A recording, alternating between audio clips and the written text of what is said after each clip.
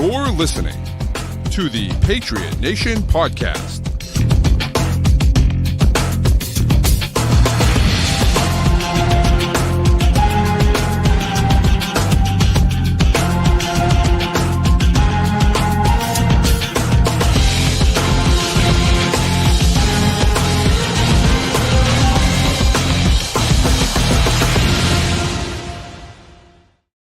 All right, welcome into another edition of the Patriot Nation Podcast. Of course, as always, a proud member of the CLNS group of podcasts. Make sure you download and subscribe to all of those great shows so you can get all of those great Patriots and Celtics. There's a lot of Celtics news going on right now, too. A lot of Celtics, great Celtics content as well. So make sure you tune into all the CLNS shows. But tonight, it's your guy, Pat Lane, here with my man, Matt St. Jean. And Matt, we fresh off a brunch together. No photographic evidence of it, unfortunately, but fresh off a brunch together. It was pretty nice. Yeah, no, Pat was in the city, so did a little sit down and brunch on Sunday. It's very tasty. Both had the chicken and waffles. I thought it was very funny that we had the same order. But it was delicious. It worked. It was really good. Yeah, really good. A little hot honey mix in there too. Pat celebrating his birthday, by the way. So happy birthday, Pat. Yes, thank you. It was my birthday weekend. And so we went to Oliver's Astoria. Was that the name of the place? Yeah, down here in the city. Yep, it was pretty good. Yeah, got the job done. Yeah. Yep. Pat, you don't look a day over 30. Well, I appreciate that. You know, I did turn 41 this weekend, everyone. It's kind of exciting. Big, keep getting older. It's just the way it goes. But as my buddy's friend used to say, it's better than the alternative. So, a few people saying hello. Non-elite saying what's up. Paper waves, hello. Thanks for tuning in. Jory saying hi. What's up? Hello. And Jack, where did we get brunch? That prompted where we went to brunch. But shout out to all of Astoria. If you're ever in Astoria, visiting Matt, maybe that's where you go for some brunch or something. What did you say? They have Love Island viewings or something like that, viewing parties? Yeah, couple nights a week they do the Love Island viewings, which my girlfriend has gotten me into this year. We just finished the episode tonight before this, so I love it. There you go. My nightly viewing has been a Patriots game from 2003 or 2004, and then an episode of Love Island for like the past 2 weeks now, and it's really starting to warp together in my brain. That's so funny. Well, it is funny to think about because, as we're even talking about the 2004, obviously today we're talking about 2004 Patriots, and we've been so focused on the 03-04 Patriots team that the 2025 Patriots team, I'm like, oh, yeah, right, we got to start talking about them soon because pretty soon it's going to be training camp and, right around the corner. So it is kind of funny to think about. So, yeah, no, this will take us, our schedule over here, this is going to take us through basically next week. And then week after that, we're both going to be away. And then the week after that, training camp starts. Camp. You'll have a week without us there, and then we're back to 2025 New England Patriots football, and we'll be locked into that from mid-July through hopefully early February. That'd be nice. Yeah, that'd be nice, wouldn't it? So just so everyone's on the same page, as Matt said, we have tonight, which is games 17 and 18. We're going live Wednesday night this week because obviously Thursday is the 3rd of July and Friday is the 4th of July. So we're going to go live Wednesday night. We have a special guest for that one. That's going to be games 19 and 20 when they break the record. And then next week we'll do 21 and 22, which of course was their first loss. And then at the end of next week we'll do a roster preview, kind of get you ready for training camp for the 2025 Patriots. Yeah.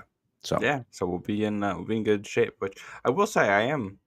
I'm kind of looking forward. Might be the wrong word, but getting to the end of the streak and seeing what goes wrong against the Steelers, I think is going to be very interesting. Having seen the rest of this and all of the things that go right, which I don't think this is the most interesting slate of games that we have here tonight. I do think Isn't. the Bills one was way more interesting than I thought it was going to be. Yeah. A couple of real weird plays in that one. Yeah. Yeah, so There always seems to be some bizarre plays when certainly when the Patriots play the Bills, and really any AFC East team. I feel like they're just so familiar with each other that they just have bizarre games against each other all the time. yeah. So there's a lot of that. Should we just get into this? Let's get started. Let's get started on our first game of the night. All right. This is going to be week 2 of the 2004 season. Patriots off a mini bye, having opened on the Thursday. So it was September 19th, 2004. I find it crazy. Like, it's just such a late start to the season. We're in week 2 and we're already that deep into September. It's kind of crazy to me. Patriots, 4 o'clock slot, playing out west at Arizona.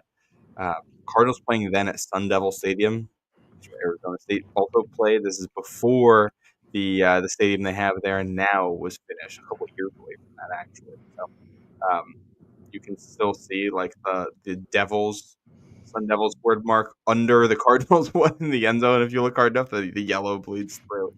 Back when they had that set up. A surprisingly cool 89 degrees for September in the desert and a surprisingly humid 46% humidity. They kind of talked about it on air, how the weather was, I don't know, the weather conditions seemed more Miami than Arizona, the way they described it. Patriots favored by 8 in this one against the Cardinals team that was one miracle play at the end of the 03 regular season away from having the number 1 pick in this draft. This is a Cardinals team no one expected to be good. They weren't that good. They have new coaching staff led by Dennis Green. No big names on this staff. When it comes to big players, they just drafted Larry Fitzgerald, 3rd overall. Carlos Dansby and Darnell Dockett are 2 other names that stand out. Guys on the roster, Emmitt Smith is there at the end of his career, Anquan Bolden. Troy Hambrick at running back, the second time we've run into him. He was with Dallas in 2003. Also played against the Patriots there. Josh McCown at quarterback. And then Adrian Wilson on defense at safety for the Cardinals, who was very briefly a New England Patriot. Yes, he was, quite briefly. And what's interesting is that McCown played all the way to 2019, if that's familiar to some people who weren't around for this 04 team, was a backup in the NFL for a long time, played on a million different teams. And so it was, in fact, that McCown. There were some other McCowns, but he was the McCown that played all the way to 2019. So, as you mentioned, it was downright cool in Arizona. Only 109 degrees on the field, usually upwards of 130, which is just outrageous. Just absolutely insane.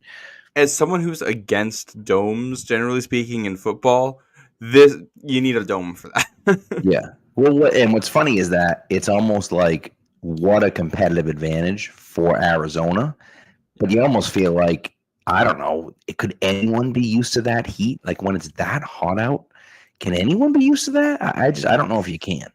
I'm sure we sound right now to people from the South exactly like the types of people we complain about when it's like 10, like when we're talking about the playoffs the year before, right, and it's snowing and negative 10's the real field. But that's all right. Yeah, that's a good point. That's a good point. So, but yeah, you mentioned weird plays. This game starts off with the Cardinals fumbling the opening kickoff of the game. They fumbled the opening kickoff of the game, and the Patriots, Sean Mayer, has a shot at it and misses it, and the Cardinals end up recovering, and they don't do anything with the ball. But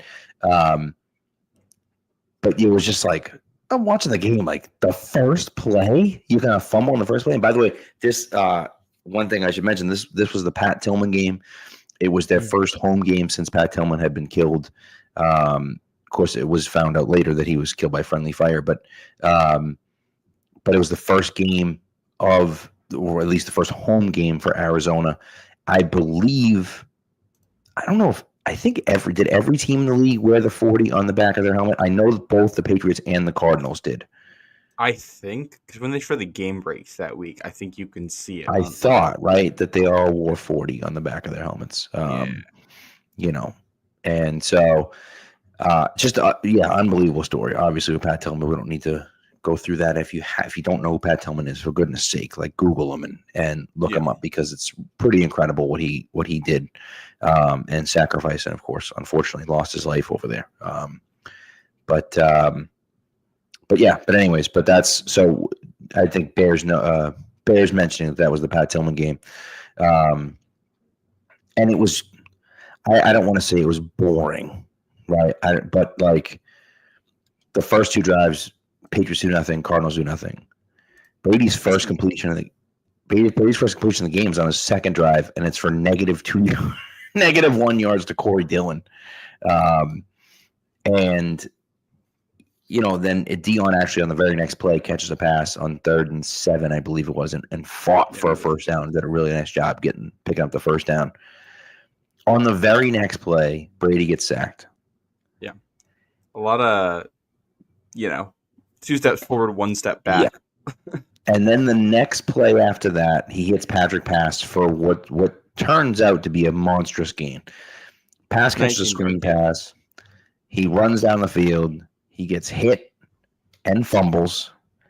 And there are 2 Cardinals players going for the ball. I mean, there's no chance that the Cardinals aren't going to recover this ball.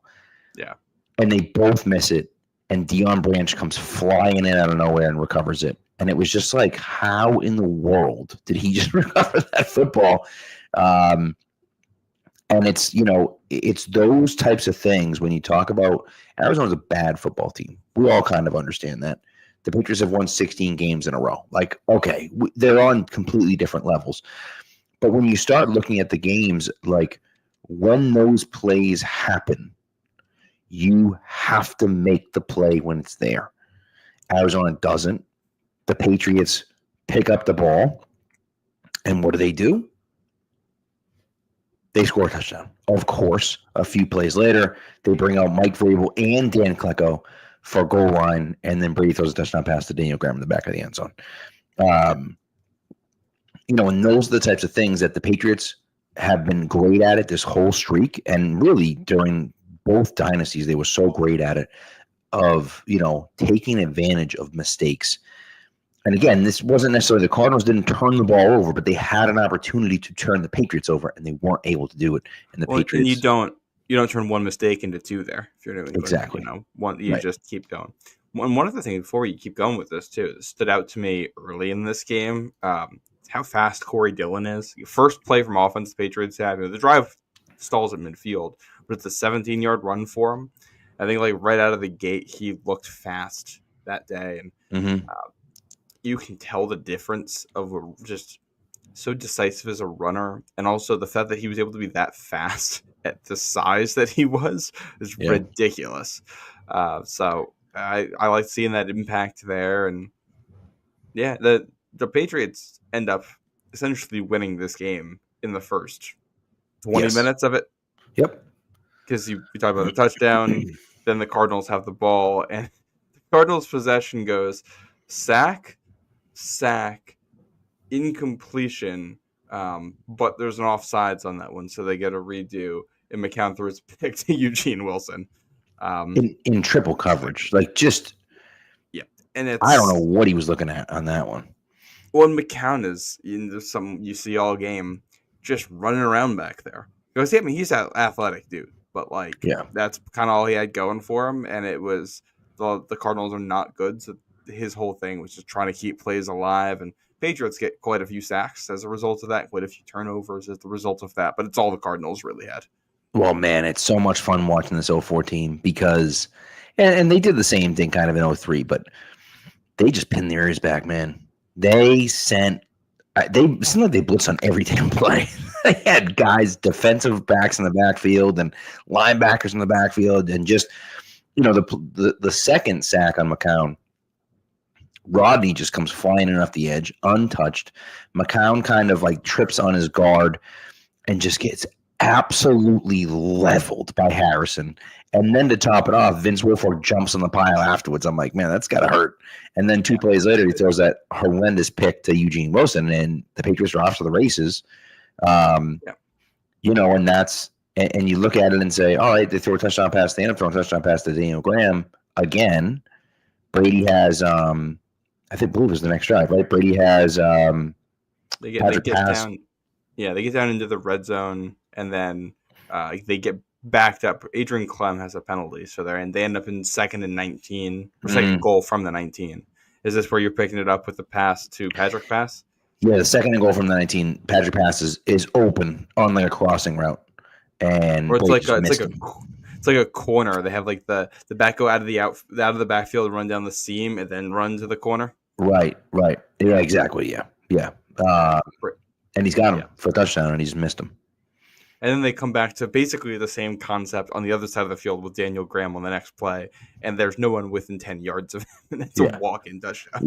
Yeah, and it's just like... Which is, it's your day when it's 3rd and 19. 3rd and goal from the 19, and like you basically have 2 touchdown plays back on 2nd and goal and 3rd and goal there. Right. And that's like the toughest. That might be the toughest play in football right there. Trying to get it into the end zone when everyone 100%. knows you have to get it into the end zone from that far out. That's a very difficult situation to make it look that easy. Yeah. Yep.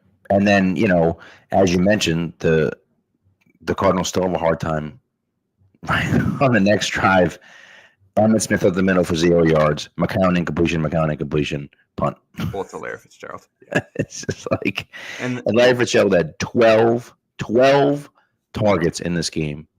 5 catches for 36 yards. He just was chucking it at Larry Fitzgerald, and it wasn't happening basically all game long.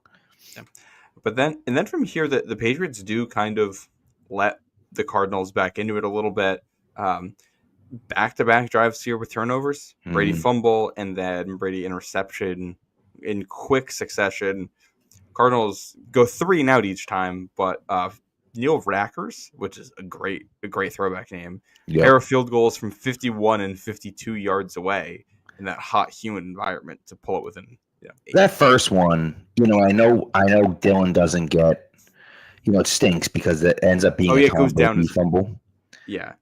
But, that was a pitch that Dylan just dropped. But because he never had possession of it, it's a Tom Brady fumble, which kind of sucks.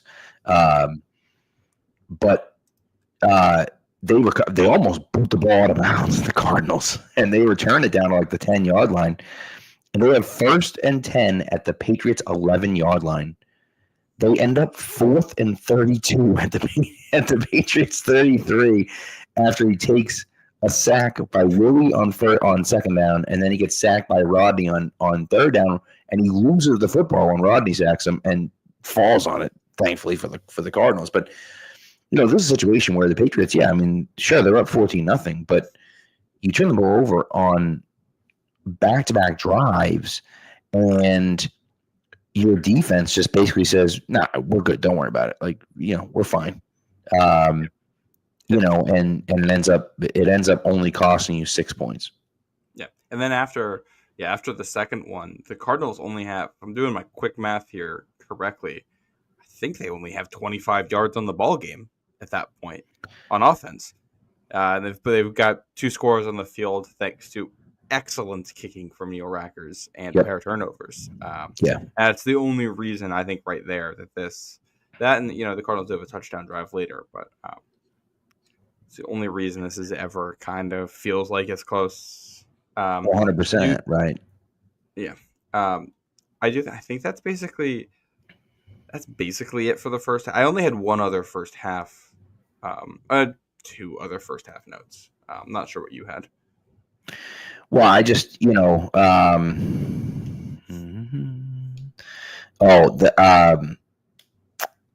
Patriots went for it on 4th and 2 and picked it up. And Adrian Clem, again, false start. So now the Patriots at the punt. This is late in the second quarter. Patriots at the punt. And the Cardinals start moving the ball a little bit. They don't move the ball a ton, but McCown runs and Rodney just stupid play. I know he was close. Josh McCown was close to inbounds. Rodney, there's no need for what Rodney did. Gets a 15-yard penalty. And it was a penalty in 2004. Like it was a full 2 steps out of bounds before he hit him. Yeah. And so I understand why, but nevertheless, the Cardinals get into field goal range, and then what happens? Again, they get sacked again by Mike Vrabel, which pushes them to the outer edge of field goal range. What's interesting is that after the Vrabel pick, or after the Vrabel sack, I'm sorry, or maybe was it after the? Yes, it was after the. It was right after the Vrabel sack, on the play after the Vrabel sack. McCown's actually picked off by Asante Samuel, and it ends up not counting because Rich Seymour's offsides. And so on 2nd and 18, the Cardinals attempt a long field goal, which I don't. All right, I know they're out of timeouts. I get that, right? But like, there's 8 seconds left to go in the half. Just run like a quick out pass and try to pick up 6 yards. Like, I don't. It made no sense to me what they were doing. His career long was 54 yards. So like, you're attempting from 58 with 8 seconds left. The Patriots are getting the ball back. If you miss the field goal, I have no idea why they did that. Yeah, it's a lot of confidence in Neil Rackers to hit from 58 yards. But it was second down. Yeah. It's like, what are you doing? I'm going to guess that's a lack of faith in Josh McCown, which I will say, Fair. I think he had earned. Well, that's the thing. Like, what you need in that situation is the quarterback to pick which guy is going to throw to before the snap, and then just throw it. And you're either throwing it to the guy because he's open, or you're going to throw it over his head because he's not on some kind of quick out. I don't know if you trust Josh McCown to do that based on how he played in this game, because he was running, and he might just pull that ball down, and then the half runs out. That's a fair point. And by the way, there's no credit for a block. It really seemed like the Patriots blocked that kick, and actually called it or partial. They called it a block on the broadcast, but on Pro Football Reference does not count. The Patriots do not get credit for a block on that. And I don't think they gave us a good replay on it to tell like what happened. I don't know, but it sure. I mean, the ball barely made it to the end zone. It sure looked like a block, unless he just completely whiffed on it. It was an immediate. It was immediately obvious it was no good. Yeah, it was one of those. I do think one of the more important plays for that season impact happens 2 plays later. The Patriots are going for the Hail Mary or whatever it was. I don't even remember how the play started. On the last play of the half. Yeah. And Brady throws a pick on the last play of the half. I think it was a Hail Mary, just trying to get into the end zone. Yeah, it was. And the Cardinals are returning it. And Steve Neal tries to dive to take out the guy who's returning it. He ends up hitting Deion Branch, who I think had just gotten blocked or something, weird collision, and that knocks Branch out until week 11. He misses quite a bit of time with that knee injury. So that was something in the Patriots DVD in 2004. Deion Branch comes back for the Monday night game in Kansas City in November. And they mention that he's back, and he immediately has a big game in the first game back. They never tell you what happened.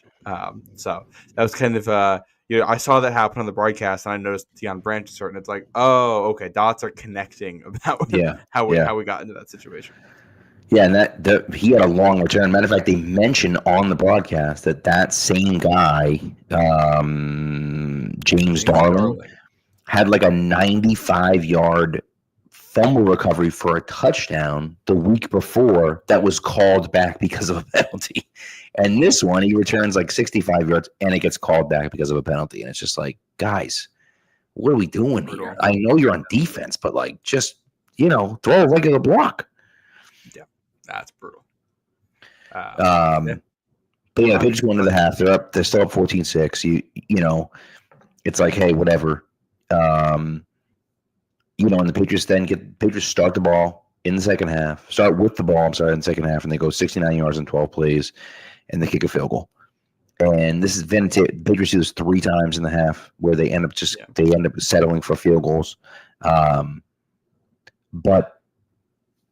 it doesn't matter because the Cardinals can't really do anything. They do right after this Patriots drive go 80 yards in 11 plays, and Emmitt Smith scores one of his multitude of touchdowns. They go for 2 because they are down at this point by 5. 2 puts it down by 3. They don't get it. Patriots are up 17-12. And then, Patriots wind up with a few more field goals as well. I thought on the very next drive. Yeah, that's really all they're doing. The very next drive, I thought it was interesting. Givens had 3 catches, 51 yards. He really kind of steps up and has a big game. As you mentioned, Branch goes out in this game, and this is where kind of Givens became that guy. You know what I mean? Doesn't really continue that all year long, but he becomes kind of Brady's go-to guy for the most part.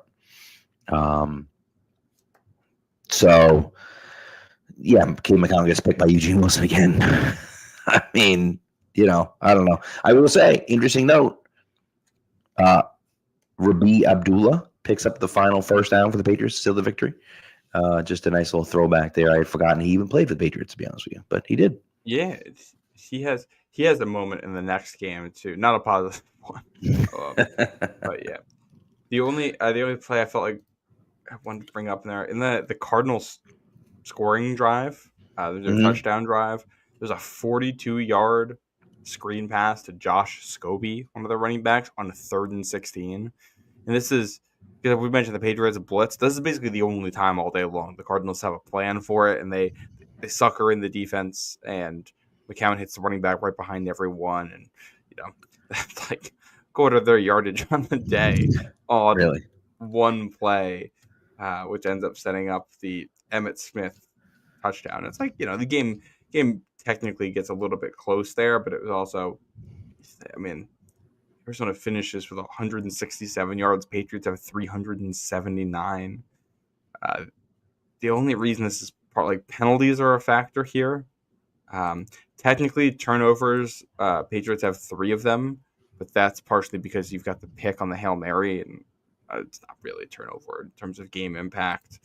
Arizona gets sacked 5 times, and the second half is just like a whole lot of the Patriots controlling the ball and then just not doing quite enough in the red zone. You probably should add in another touchdown or 2, but because you're playing Arizona, it doesn't matter. They're not a team that can punish you for that type of mistake. That was not a good team that year. Yeah, I agree with you 100%. So, and that was Arizona had come in at 0-1.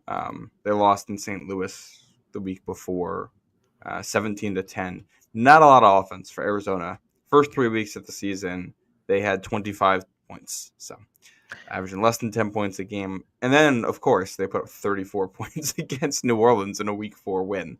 They finally get one of those, which included I'm just reading this box score now, and it's crazy looking. This game has fumble return for a touchdown and a block punt return for a touchdown, and Emmitt Smith throwing a touchdown pass. Yeah, there you go. Get weird with it. Get weird with it, Cardinals, and that's what they like to do. Not a good Cardinals team. Now, this is Dennis Green. I don't think this is the same Cardinals team that lost that Monday night game against the Bears, right? That was 2 years later. I think that was 2006.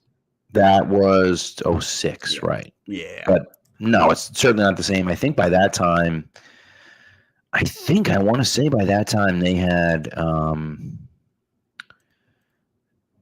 had Leinart and Kurt Warner as their quarterbacks that year. Because they drafted Leinart in 2006. So yeah, that's how they get there. I think Warner. I don't know if Warner got hurt and Leinart took over. I can't remember to be very honest with you, but But yeah, that game was wild. They start out that game killing them, just absolutely killing them. They're up 23-3 actually, and they end up losing 24-23. It's a wild game. Yeah, that's an all-time one. That's one to go watch if you haven't seen before. Yes, I agree. Yeah.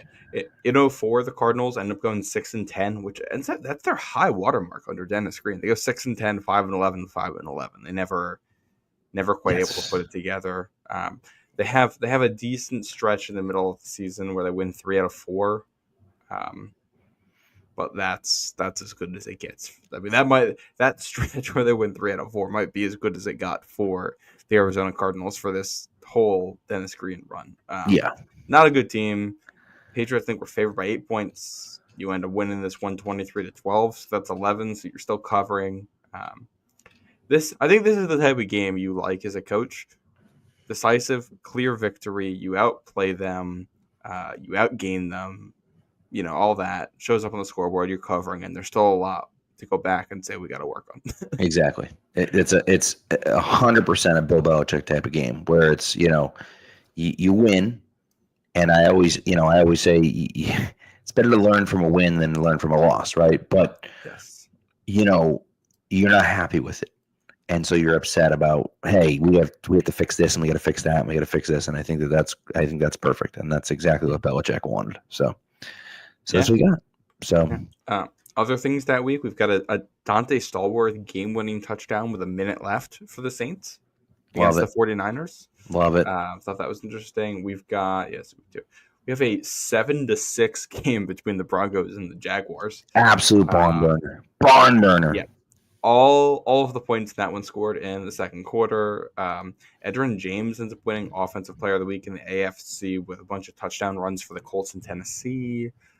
I think that's about it for when there is another game, but I'll we'll talk about what the Bills were once we get to that game after this. We will, yes, yep. The Bengals do win. Bengals win at the buzzer actually. Against the Dolphins. Actually, the Dolphins scored two times in the last 4 minutes of the game and still find a way to lose that game. So they're down 13-10 with 4 minutes left. Come back to tie it, but just inside the 2-minute warning. And then the Bengals win it. And the kicker there is Shane Graham, future Patriot Shane Graham, right? Yep, ended up in New England. Yeah. That is correct. He did. Well, what's interesting actually is that. When the Cardinals, when the Dolphins are actually down with just under 5 minutes, they're down 13-3. And they end up scoring a touchdown to make it 13-10. Then they kick a field goal after getting a 3-and-out, and then the Cincinnati drives down and kicks a field goal. So, they had a chance, had tied it up, and blew it. So. You hate to see it from the Dolphins, but what are you gonna do? Kind of like they're still doing now, where they're trading all their players away. I have no idea what's going on down in. We can get to that trade next week when we start to when we time warp back to 2025. Exactly. Yeah. All right, let's take a. I was doing ad break, and then we'll get into the second game of the night. This ad break, of course, is for PrizePicks. PrizePicks is the best place to turn your sports knowledge into cash. With millions of members, PrizePicks has made daily fantasy sports accessible to all. Just pick more or less on at least two players for a shot to win up to 2,000. That's right, 2,000 times your cash. Run your game all season long on PrizePicks. Now, basketball and hockey might be over, but women's basketball and baseball are still going on. Matter of fact, Willie Abreu with an inside the park home run followed up by a grand slam tonight for the Red Sox. Of course, they have to do that tonight and not tomorrow night when I'm going to be at the game. But what are you going to do? They'll probably lose 14-0 tomorrow night when I'm at the game. But that's fine. But one of my favorite things about PrizePicks is that you can mix and match lineups. So you want to put an esports guy in there with a women's basketball player, with a baseball player, you can do that. You can put that all in your lineup. That's fantastic. I absolutely love it. It's my favorite part about PrizePicks. Okay. And again, don't forget they offer Venmo, Apple Pay, MasterCard, and more for quick and easy deposits and withdrawals into and out of your account. Don't forget on Tuesdays, we have Taco Tuesdays over there. And usually discounts about 15 to 25% for a few players on the board. And of course, Flex Friday. If you opt in for Flex Friday and then you click the icon, you got to click the icon on there. But if you lose if your lineup loses, you will get your funds back as promotional dollars all the way up to the promo limit as soon as the lineup settles. So you can't beat that. What are you going to do? Download the app PrizePicks, put in the promo code CLNS.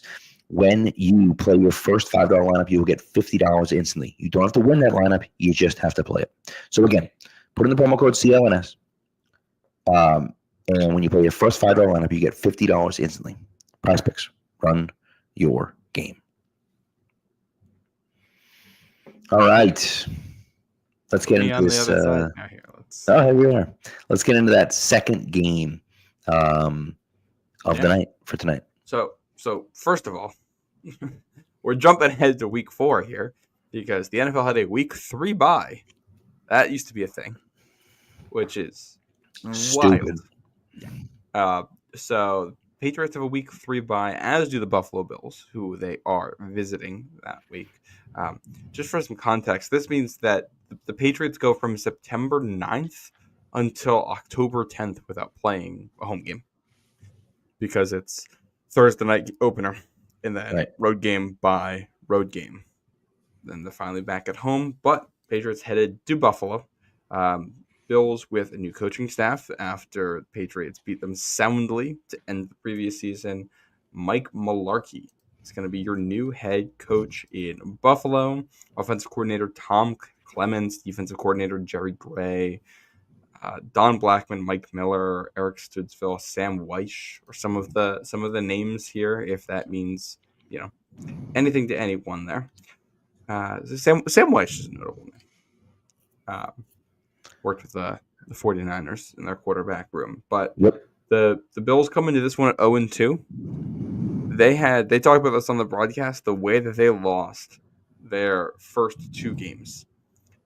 They lose 13-10 at home against Jacksonville in the opener. The Jaguars score a touchdown on the last play of the game from the 7-yard line, back corner of the end zone. Byron Leftwich barely fits one in to Ernest Wilford. Oh yes, the great Ernest Wilford. That's God. That sounds like a 1930s baseball. It really That is. is an unbelievable name. Yep. But yeah, so they lose in that one. The next week, they lose 13-10 in Oakland. And in this one, at the start of the fourth quarter, first play of the fourth quarter, on 4th and 1 at the goal line, it looks like Bills running back Travis Henry gets into the end zone, but they say he doesn't, so it's a turnover on downs there, and add 7 more points for the Bills, and they win that one 17-13 instead of losing it. So a lot of Bills fans thinking they're better than the record coming into this one. This is October 3rd, 2004, by the way, 1 o'clock game. Cool day, 58 degrees, early October day. So quite a temperature change for New England going from Arizona to Buffalo. Pat's favored by 5.5 points. And I think that pretty much sets the scene for this one. Well, I will say. Good. No, I was going to say, for Bills fans that feel like they're better than they are better than their record shows. They win 7 out of 8 games at the end of this season, right? They start out 1-5, right? They start out 0-4. They finally win a game. Then they get to 1-5, and they win 2 in a row and drop 1 more, and then they win 6 games in a row. They win 6 games in a row. It brings them from 3-6 all the way to 9-6. They have a chance to make the playoffs, and they run into the Pittsburgh Steelers last game of the season, and they lose 29-24. Of course, Pittsburgh wins 15 straight in this season, and Buffalo is that last game. If Buffalo wins that game, they get in as a wild card team at 10-6, I believe. I'm almost positive. And unfortunately for them, they lose, and so they're out of the playoffs.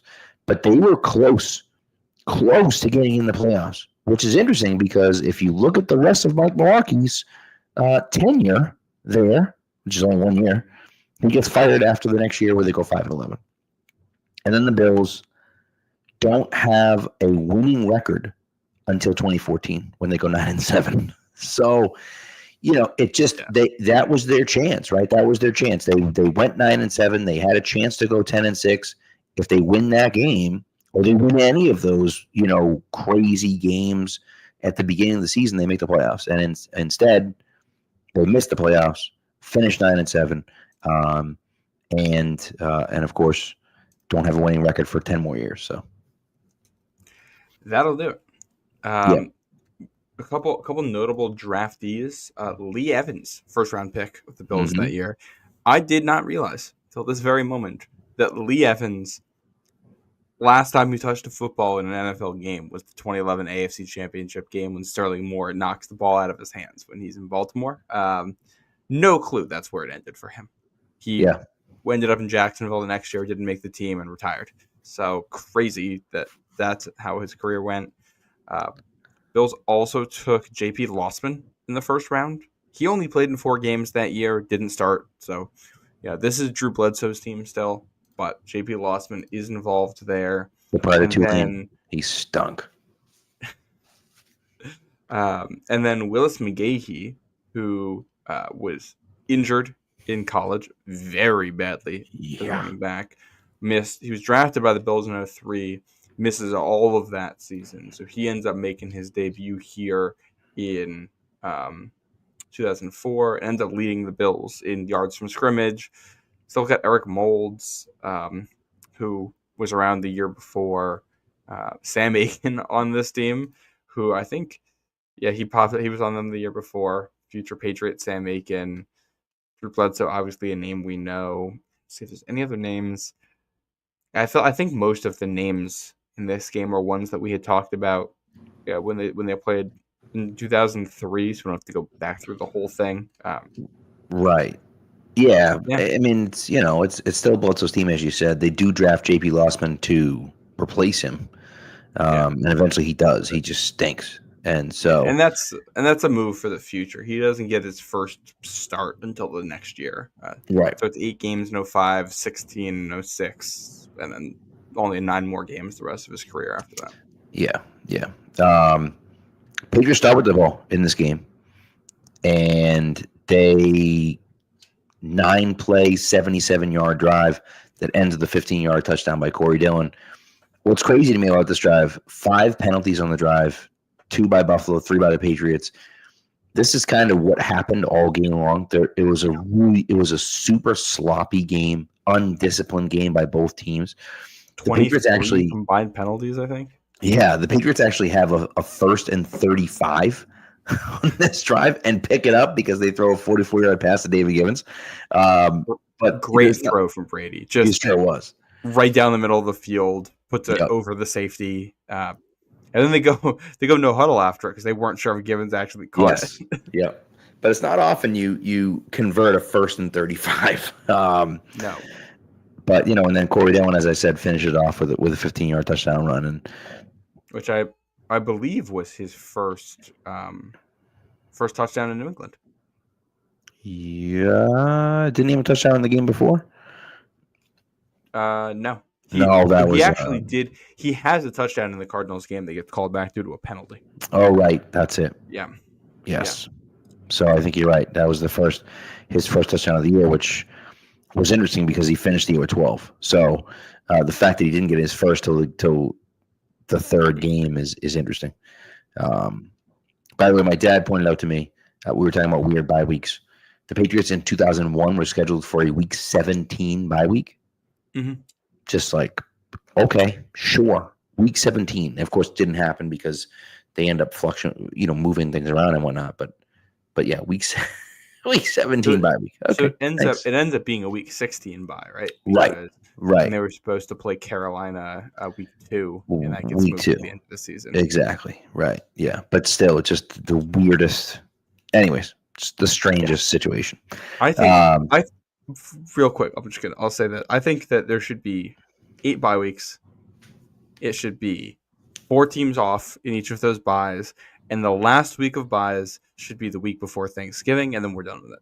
Right. Like, I think I've always thought when it comes to the NFL schedule, Thanksgiving offers a great opportunity to be your kind of playoff push marker, where that's the first week where there's no byes.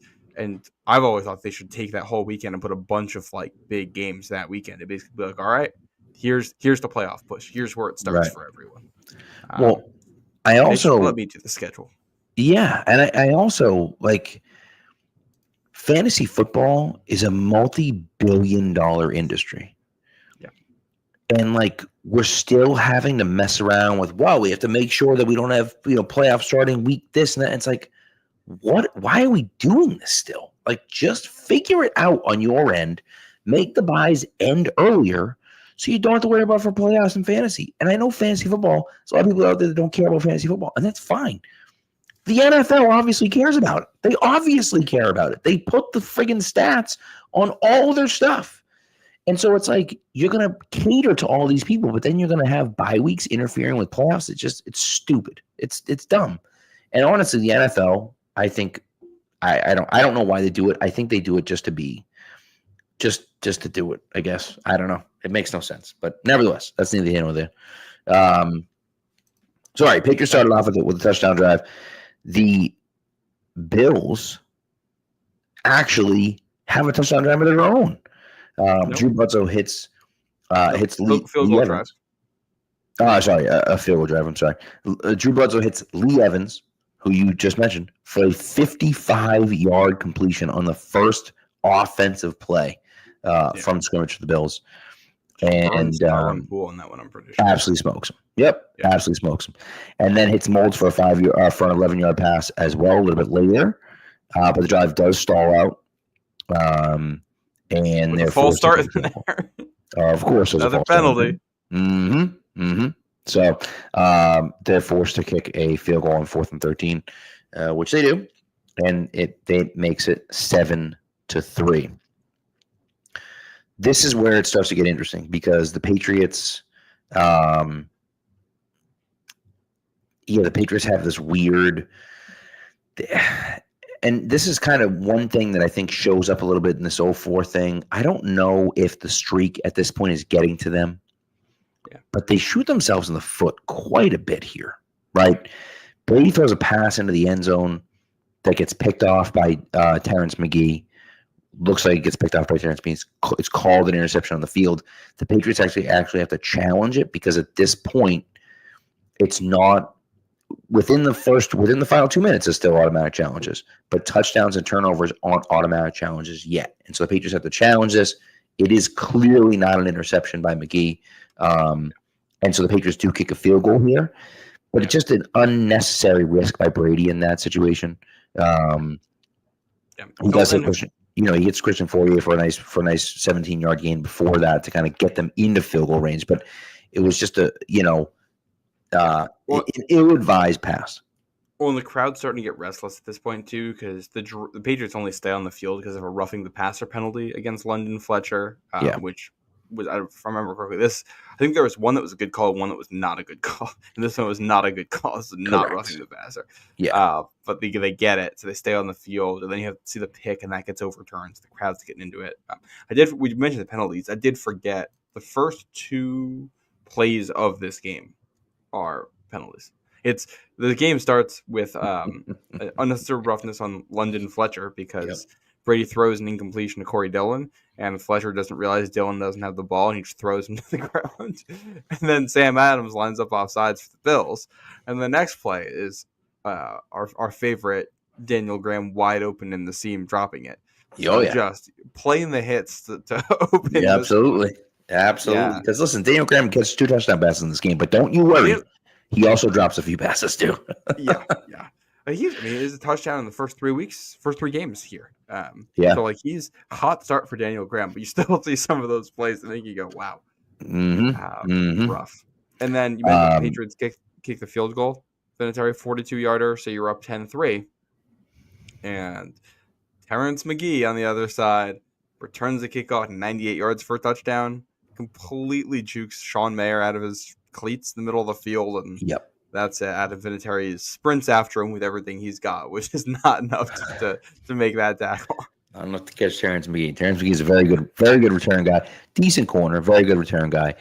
It's interesting to me that he's the guy that intercepted the pass in the end zone. Of course, it gets overturned, and then a few plays later, he takes it 98 yards for a touchdown. It must have felt good for him. Some sweet retribution for McGee in that situation. Of course, not for the Patriots, but some sweet retribution for him in that situation. So, I thought McGee was the one that fumbled the kickoff in 2009, but it wasn't. It was Leotis McKelvin. Yes. Yeah. I always used to get Terrence McGee and Willis McGahey's last names mixed up as a kid. So which makes sense. Yeah, which makes sense. McGahey, Willis McGee. That's how I thought it was. Well, and then Leotis McKelvin was another corner that was their return guy, who was a good return guy as well, but just had a bad play on that particular play. And then so the Patriots tied at 10. Yeah, and the Patriots and Bills stalls kind of here. go back and forth a little bit. Yeah. They really can't do much. The Bills actually get into field goal range again, and Drew Bledsoe gets sacked again, which knocks him out of field goal range. By who? By Rosie Colvin. Which name we haven't mentioned on here yet. It is not, because he was the acquisition. Was he an acquisition in 03, right? And he got hurt at the beginning of 03, yes? In the Eagles Philadelphia game, game. week 2 and 03, some Yep. kind of hip injury, recovering He a fumble. broke his hip, actually. Yeah. Wow. Is- Back in something you 04, don't see that was often. that's his first sack back. Yeah. Which was he never quite lived up to that contract, which I don't really think is his fault. No, I mean, they overpaid for him. He was a good player for them, but he certainly wasn't one of the best. One of the best pass rushers in the league or anything like that. When it says a lot about how deep that linebacker group is that you miss a guy like Roosevelt Colvin's the kind of guy who's just like he's a good player, and most teams would miss him. And the fact that they end up missing him in 03 and linebacker might still be the best position on the team. Yeah, it's pretty unbelievable. Yeah, that's absolutely insane. And it's coming into 03. He had back-to-back 10.5 sack seasons. He's a real pass rusher. Like he was one of those guys where in the right season you could see him making a Pro Bowl at his peak. Like 10.5 sacks is enough where you start to get into that conversation. Yeah. And then he just comes to New England and it's horrible luck. Yeah. Well, and I think too, for him, and even in 04, I mean, he plays the whole season. He doesn't put up the sack numbers in New England that he put up in Chicago, but that's kind of by design. Belichick doesn't have like designated pass rushers, and so he's doing different things. I think he was an impactful player for them, and an important player for them. Really kind of grew into his own in 05 and 06 more so than 04, but he just doesn't have the numbers really that he put up there. But I do think he was a good player for the Patriots back then. Well, and then you add in, a lot more sharing of the sacks. 100%. McGinnis is pass rusher number 1, but then you've got Vrabel, you've got Seymour, you've got Colvin. Jarvis Green really started to come into his own that year, and like Brewski's going to blitz. Ty Warren's going to bring pressure. Rodney Harrison's going to get some sacks. Yep. Forgot to mention Rodney Harrison did win Defensive Player of the Week the week before in Arizona, or 2 weeks before in Arizona, because he had 2 sacks in that game and a forced fumble on one of them. Yes, he and did. A pass breakup. Yeah. You had 9 guys on this team who had at least 2 sacks. So, which by the way, being the final one. Rodney Harrison was announced today that he's being inducted into the Chargers Hall of Fame. So good for him. Should be in the Pro Football Hall of Fame. It's a disgrace that he's not, but should be in the Pro Football Hall of Fame. Yeah. So this is where the game starts to go off the rails midway through the second quarter. Yes. So the Patriots go 3 and out. The Bills get the ball back on the very first play. Just on the very first play, Drew Bledsoe throws a pass. I have no idea where he was throwing that ball. No clue. Yeah. I assume it was a miscommunication with Eric Moulds, but like Eric Moulds, there was no way he was going to get open on that play. It was a bizarre pass picked off by Tyler Poole. And on the very next play, Brady throws a 43-yard pass to David Patton, and we're like, okay, here we go. And the Bills are bringing the blitz all day that day, and the Patriots. This is kind of like the Cowboys game the year before, where the Patriots when they were at their best, they were finding ways to block it up and then just hitting passes. And this is not the last time on the afternoon that Patton gets wide open down the field. Yeah, he was all by himself. And then Corey Dillon gets 2 straight carries, and on the second one, has his first fumble in 288 touches. Now, he did kind of have the fumble early in the game. Doesn't count as his fumble because technically he never possessed it. So this is his first fumble in 288 touches and fumbles at the 2-yard line. The Patriots have a chance to take the lead here in this situation, and he doesn't. Bills get the ball back at the 2-yard line. And they move the ball a little bit. At the 4-yard line. They move the ball a little bit. They have 4th and 2 at the 25, and Brian Moorman comes out to punt. And this play drops the ball. Moorman just drops the ball. But instead of falling on it, like an absolute legend. He just picks it up and It goes bounced. to Yeah, the races. it To bounced the right back to races. him. It does bounce right back to him. He got to listen. He got a good bounce, but he's a punter. Like you still got to give the guy credit, right? Now the Bills are holding the hell out of the Patriots in the backfield. That's really bad, but nevertheless, Well, and he that's scampers for a 34-yard run. and Robbie And Abdullah is the contain guy on that, which is why I mentioned him, because you can see yeah, him getting an earful when he comes back to the sideline. but in his defense, he was getting held like crazy on that play. Well, you can't expect that the ball is going to bounce right back to the punter and that he's Yeah, going to decide to take off with it. correct. And so on the very next Well, play after that, Mormon gets smoked on this he too. got crushed on that Who was play. it? I'm trying to remember who actually hit him. I think it was. Somebody hits him, Um, and then I think somebody it was. lands on him after he's down. Yeah, I think it was 43, if my memory serves me right. I'm not sure who that is, but I mean, it was 48. It might have been Tully. It actually might have been Tully Bantakine. Now that I think of it, the 48 was Tully. One of the guys involved in this is like a starter too. Absolutely smoked him. I believe the tackle was made by Patrick Pass, and then he got absolutely smoked by whoever tackled him. It's not on the Pro Football Reference, but I'm pretty sure it was Tully.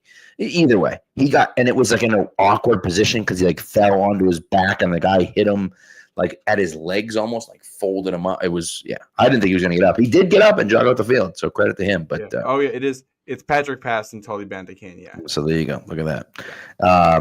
And on the very next play, Bledsoe throws an absolutely perfect pass to Eric Moulds, who catches it, takes like 3 steps into the end zone, falls, and immediately loses the football. And so the Patriots then challenge it, and the touchdown catch is upheld. I believe it was a touchdown catch. It was close, but I think it was a touchdown because he takes more than 2 steps. He takes about 3 steps in there. That's what, if that happens on the playgrounds with your friends at recess, that might end the game because you're going to spend the rest of recess arguing about if it was. That's correct. Yes, that is correct. But nevertheless, the whiplash of that too, because you got Patriots defense has them at 4th and 2, the Bills 25. Right. The next thing you know, they're in your end zone with a botched punt. Brutal luck. And it was a great throw because it's Eugene Wilson's in coverage back there. He doesn't have awful coverage, but it's just one. The receiver gets 1 step behind him, and clearly Wilson's playing if the Bledsoe can't make that throw. So it's not like a speed thing. It's not a judgment of where he's got to be based on the receiver. It's just they think Bledsoe can't make that throw. And most of the time they're probably right that year. Most of the time they're right. Correct. Yeah. Yep. Now it's 17-10 Buffalo. On the ensuing drive, the Patriots drive down and score a touchdown. Some notable plays on here. They have a 11-yard pass to Givens that he fumbles, and it's recovered by the Bills, and the Bills challenge it and say that he wasn't down. He was down. What was interesting about that play is that he was pretty clearly falling to the ground, and the ground obviously caused the fumble. The question was, why was he falling to the ground? And they said he was down by contact. My assumption is that they were saying that he made contact with the guy behind him as he was going to make the catch, like before he caught the ball, and that's why he went to the ground. He clearly wasn't touched before the ball came out. And so my assumption is that they said he was falling because of contact before he caught the ball, because he clearly wasn't hit before the ball came out. But nevertheless, it goes the Patriots' way. And a few plays later, matter of fact, on the very next play, he throws a pass to David Patton in the corner of the end zone. And Patton has the feet down, has it, and just drops it. Would have been a nice catch, but should have made the catch. And then 2 plays later, Brady hits Patton. And again, as you mentioned, Patton is like by himself and then, makes a move to get in the end zone to tie the game 17-17. But yeah, the middle of the field is just completely wide open. And he scores a touchdown to tie the game 17-17. Yeah. And that'll basically take it. There's a minute and a half left. Bills don't do anything, so that takes it into a half there. But just Bills going all-out blitz. And it's funny because when we saw the Patriots play the Bills the year before, the Bills still like to bring pressure. Yep. New England's answer then was spread it out and throw it quick. And in this one, they try to do more play action and blocking them up. I do wonder if part of that's now that you have Corey Dillon. You're hoping the threat of the run and some misdirection is going to work in your favor here too. You know what? It definitely does to a degree. Yeah, Patriots put up almost 400 yards in this game, one short of 100 on the ground. So, and Brady's got a kneel for -1 there, so we can. Yeah, that's 100 on the ground. Yeah, we'll count it. Yeah, we'll count it. But yeah, so this is a tie game going into half, and I feel like we can. Unless I'm forgetting anything, can we just sim right through the third quarter here? Yeah, the third quarter basically simmed through it. This one play happened for Tyrone Poole muffs a punt, but it goes out of bounds, so it doesn't matter. It doesn't impact anything. No one does anything in the third quarter. The Patriots start the end of the third quarter with the ball and end up kicking a field goal on that drive. Yeah, that's the one they score. They have a touchdown on that one. So they kick a field goal on that drive, but there's a penalty on the Bills. Yeah. Of course. And so the Patriots now have first down, and they end up scoring a touchdown 2 plays later. What's interesting is that Corey Dillon fumbles again on the play after the field goal that doesn't count, and the refs calm him down. And so the whistle is blown dead. I believe the Bills are out of challenges, so they can't challenge it anyways. No, they still have a challenge. They end up using the next time the Patriots have the ball. Oh, that's right. You're right. And they overturn a first down by Givens. But it was, I guess, because the play was already blown dead, then that's why I'm not sure. I know what it is. It said his forward momentum was down, right? Or something like that. No, they just whistled it. So this is before, like, in this era in the NFL, if the whistle blows, that's it. It doesn't matter anything else that happens. You can't change anything after a whistle. Right. So Dillon is not down. He's kind of on top of a couple of Bills players, stretching for more yards when the ball comes out. So it's definitely a fumble, but also the whistle definitely blew, and the officials thought the play was over at that point. So New England gets a little bit lucky, and then Brady to Graham. And this is, this is the we're in another situation where you're looking at it saying the Patriots get bailed out a little bit by the refs. That's it's bad luck, Which if you're a Bills fan, you got to be pretty mad about your season at this point, being like, man, with the way the first 2 games had gone for them too. Yep, yeah, you would think. And so, this is now a situation. The Patriots score another 24-17. The Bills go 3-and-out. Like, see you later. 3-and-out. Punt the ball back to the Patriots. The Patriots, and this is the situation where the Bills, use this last challenge on a catch by Givens. Looks like a catch, called a catch on the field, not a catch. Can I walk through the whole play on this because it's crazy? Yes. Yeah. It's 8 minutes left in the game. Pat's up by 7. 3rd and 7, and Brady hits Givens. Ball comes out, and it's pretty bang. Ball comes out. I believe it's London Fletcher picks it up for the Bills, and this is the play's happening, the New England 30, so they're close to the end zone. Fletcher's got a full head of steam, picks it up. He's running towards the end zone. He's a couple yards away when he gets hit by Bethel Johnson and then Stephen Neal as he's trying to reach for the end zone. Ball comes out and he fumbles it through the back of the end zone. So there's 2 scenarios here. It's either a catch, a fumble, out of the back of the end zone, Patriots ball, and you're getting 1st and 10 at your own 20 if you're New England, or it's an incompletion, and then it's just 4th and 7 and the Patriots have to punt. So they call it catch, fumble, and then fumble out of the end zone on the field. Bills challenge, you get it overturned, and the Patriots have to punt. Yeah. It's just, this game, the Bills, the Bills. This is the Bills. This is what the Bills do. Stadium. Yeah. And so the Bills get the ball, and they go. The Patriots also, New England's offense does not step foot on the field for the rest of the game after this, too. That's their last play. Which is wild. And so the Bills get the ball, and they go on a really nice drive. And they have the ball down. They have the ball down at the Patriots' 16-yard line. Yeah. And Travis Henry has what looks like a wide open lane for at least a first down, if not more. And this is 3rd and 2. And this is on 3rd and 2. And he just slips and falls. Yeah. With 3 minutes left in the ball game, down by 7. Yeah. And so you're like, well, the Patriots are down. The Bills are down by 7. There's like just under 2 minutes left to go in the game. You have no choice. You have to go for it on 4th down. You're not kicking a field goal in this situation. And so they have to go for it. They just called the timeout. They're forced to go for it. They run a play action fake on 4th and 3.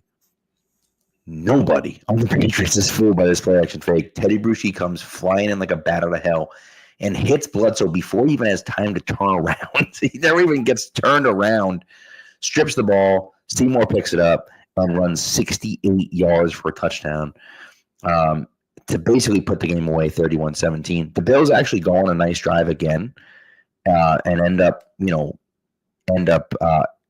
just outside the theoretically turning the ball over on 4th down on the last play of the game.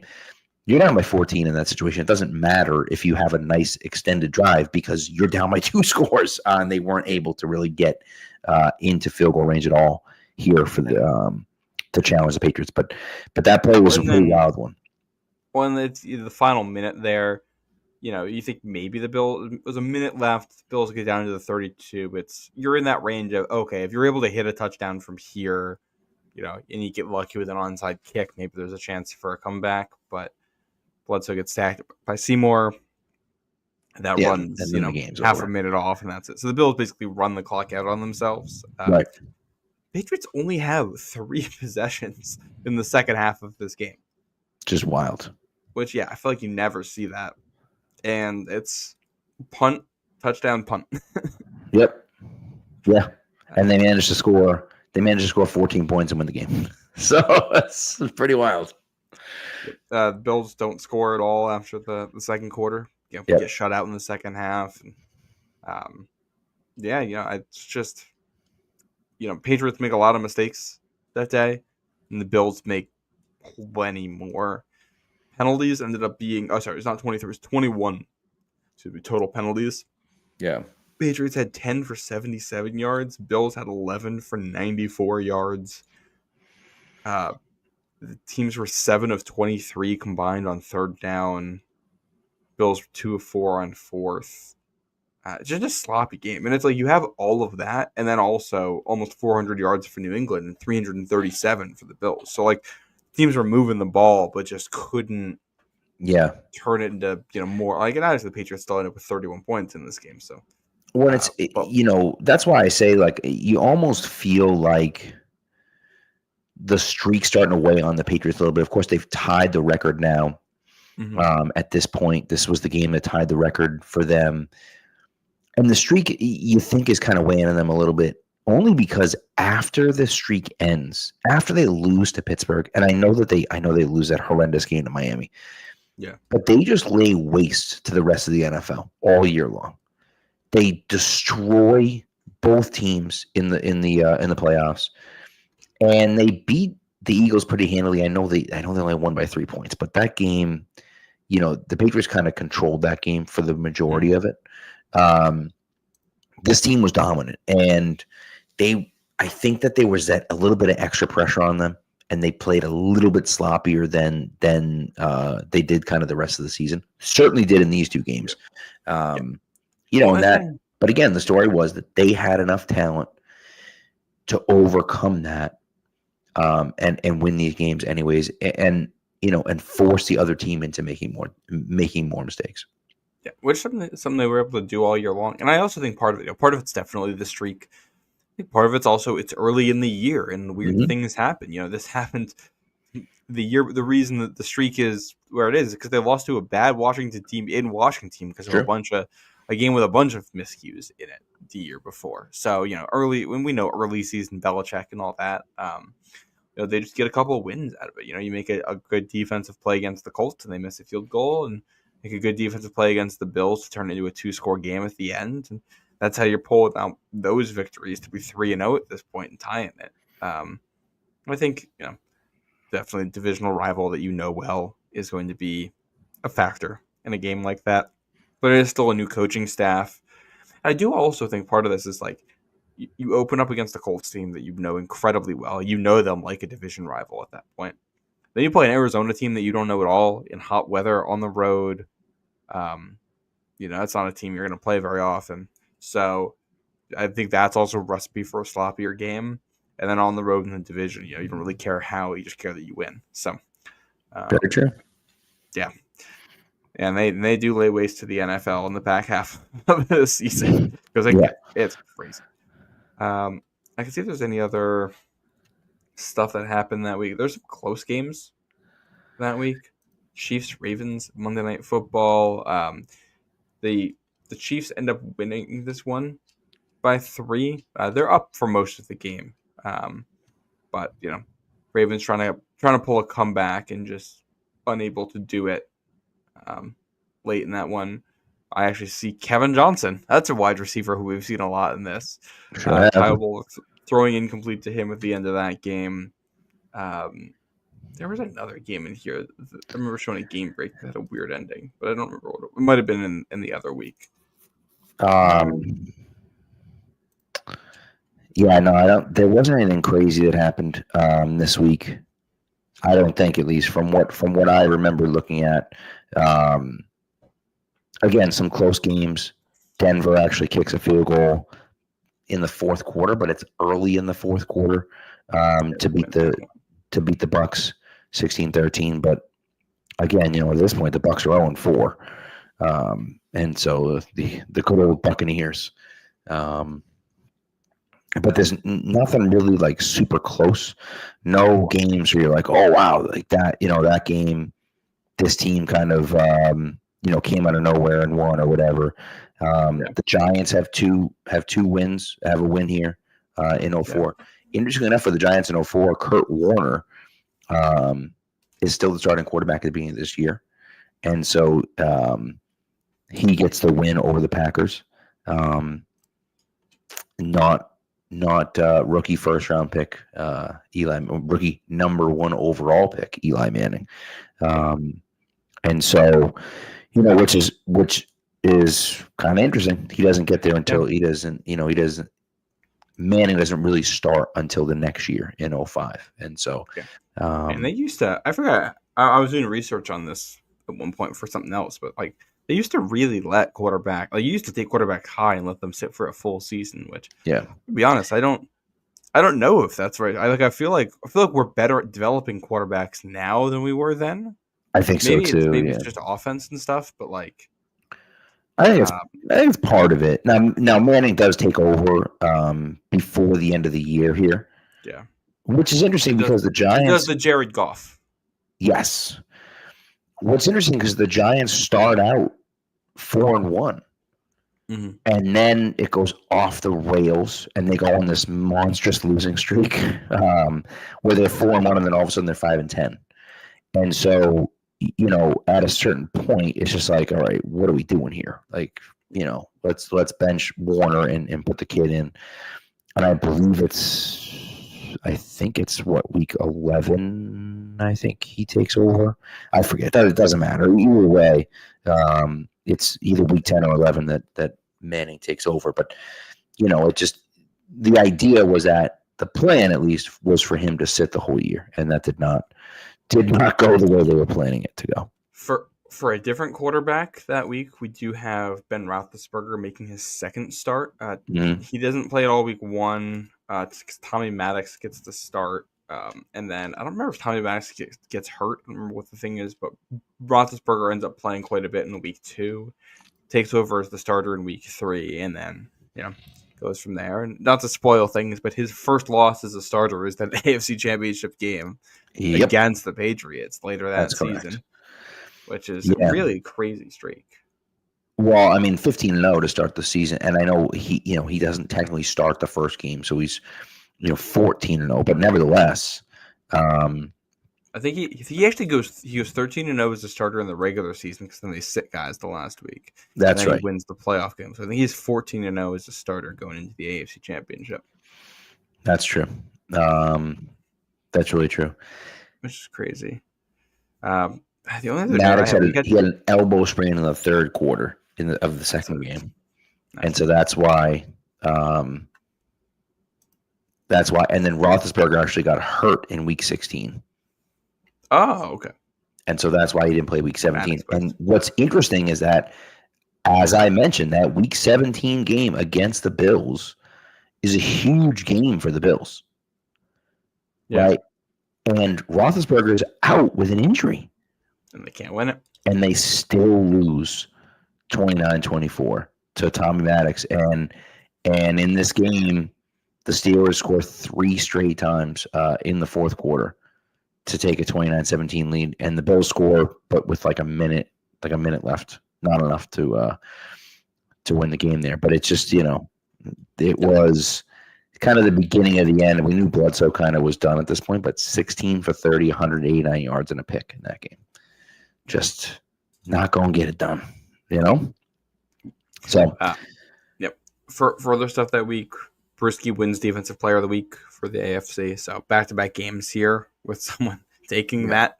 Yeah. Some big turnovers. And then for the win streak, just that's what we're doing this. The other 18-game win streaks. These are the ones that the Patriots tied by winning this one. Yep. You have the 1933-34 Chicago Bears, the 41-42 Chicago Bears, wow. 72-73 Dolphins, and then the 89-90 San Francisco 49ers. Since then, the New England Patriots have tied that at 18 again. We don't have to go any deeper than that on that one. And there is a team at 19, but we can get to that on our next episode once we talk about the Patriots' 19th win. So we'll put a pin in that and save that. And it is interesting. You talk about 19, you talk about 21, and I think what right now, number one right now is Pittsburgh. Is Philadelphia with like 5. Yeah. And so, it's just hard to do. I think the Chiefs got up to 15 last year. Yeah, the Chiefs have a 15-game one from 2023 to 2024, and they also have a 13-game one from 2019 to 2020. Yeah. But even 15, that's a third of a season less than what the Patriots were able to do, which is wild. That's unbelievable. Yeah. I will say the broadcast, and you mentioned it getting to them, they had like a special video for the Patriots win streak thing that they were doing, like a little promo to, I believe that's Vertigo by U2 was the song they play in it. I think you're right. Yeah. What he does, it's the one where Bond does like I don't know, there's like chanting or whatever in it, and they have like the countdown of all the games with highlights in them. Yeah, which is cool. I like that. It is cool. Yeah. I like some U2.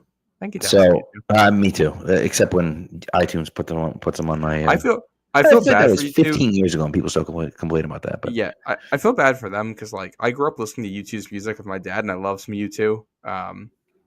Like everything, like "Pride in the Name of Love" and "Beautiful Day," like that whole. The Streets Have No Name. Like, come on now. Great song. Yep. And to an entire generation now, they're just going to be the band that made me listen to them. Right. Right. So it'll never ever be cool to like U2. That's very true. By the way, good songs. I think Richard Seymour was robbed. I'm saying robbed. I know Terry Bushke had 7 tackles, which is more than Richard Seymour's 3.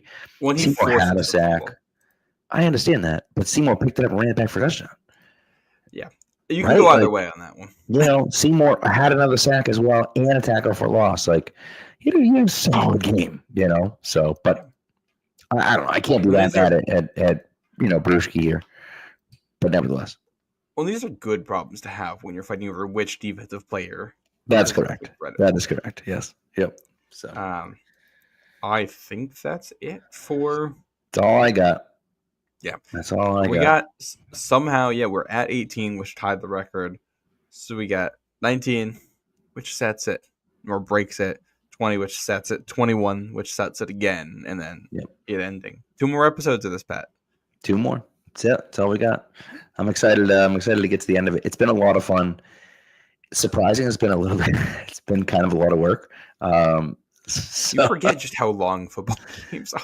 Yes. Yep. So, but it's been a lot of fun, and I hope that people are enjoying it as well. I have one other note because I texted this to you and I figured it was worth mentioning. During the Cardinals one, they show a promo for the first version, or like the first time that you could buy the original trilogy of Star Wars on DVD. And I also picked up on this immediately because we have that DVD set. My dad still has that somewhere because it's if anyone knows it, it's the one that comes in like the silver case. It's got like Darth Vader on the side. It's got episodes 4, 5, and 6 and the bonus disc. And the bonus disc has like a documentary about the making of Star Wars on it, which is very good, I will say, for any Star Wars fans out there. It's on Disney Plus now. I think it's called the Empire of Dreams documentary or something like that. It's long. It's like 2 or 3 hours. But it's the whole history of the original trilogy and how it was made and George Lucas's background and all kinds of stuff. Very good time. And one of the things that got me, thinking about any kind of film production or entertainment production of any kind as a kid. Look at that. How about that? It is interesting to go back and, you see some of the promo things that kind of pop up. And some of these game films have the full thing with the commercials in them as well. And some of them just have kind of little promos cut in there. But like NCIS pops up in the 03 one. And it's like NCIS is obviously a popular show still. But like it came out in 2003, so like it was still in the first year of it, which is kind of it was a spin-off of like Jag, right? Kind of. It wasn't quite a spin-off of Jag, but it was like the same kind of idea as Jag, and so they were like, "Oh, we can like sell this as something else," So we got the ads for Cold Case in this one. It definitely takes you back, which is fun. One of the things. Like I was kind of taking notes on it at one point. I stopped paying as close attention, but just ads for companies that don't exist anymore. Like on CBS at this point, it's the Nextel halftime show. Right. And Nextel was then acquired by Sprint, which was then acquired by I forget who else after that. AT&T or whatever. It's a whole thing. Yes, that is multiple mergers away. Yep. But it made me laugh. And I also, when I think of Nextel, I think of like NASCAR. It was like the Nextel Cup Series at the time. Yep. I don't know if you were ever a NASCAR guy. I loved NASCAR as a kid. But. You're too young for this, but every time I think of Nextel, I think of the dude where it's like it's like the walkie-talkie almost. I remember the commercials with that too. I also think of that.